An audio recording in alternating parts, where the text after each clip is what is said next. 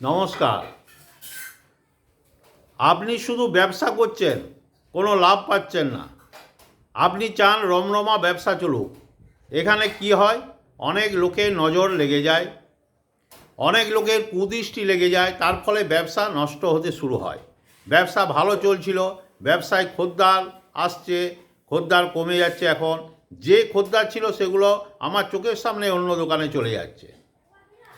তাহলে একটা উপায় করবেন, একটা রুমালের সাইজে সাদা কাপড় নিন, এক মুঠো চাল তার মধ্যে রাখুন, একটা শুকনো হলুদ, গাঁটালা শুকনো হলুদ রাখুন, দুটো সবুজ এলাচ রাখুন, তিনটি মিশ্রিত করে কাপড়টি বেঁধে ফেলুন, দিয়ে দোকানের ভিতরের দিকে বেঁধে রাখুন, দোকানের ভিতরের দিকে বেঁধে রাখুন।